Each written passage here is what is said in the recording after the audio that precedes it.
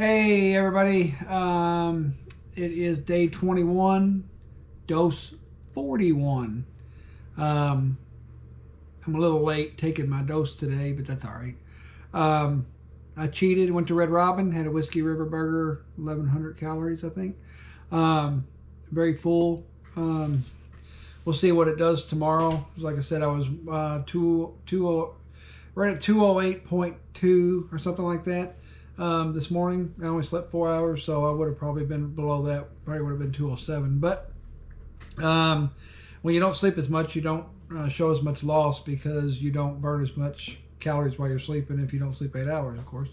But anyway, I'm getting ready to go to sleep because I got to work tonight. And I'm going to take my HCG, taking it late. I've been busy all day. And I'll be back tonight. Probably won't take it before I go to work. I might take it to work and take it. I don't know. But I need to, I'll probably take it right before work. It'll give me 6 hours, so that's all right. So anyway, this is dose 20 or 41. And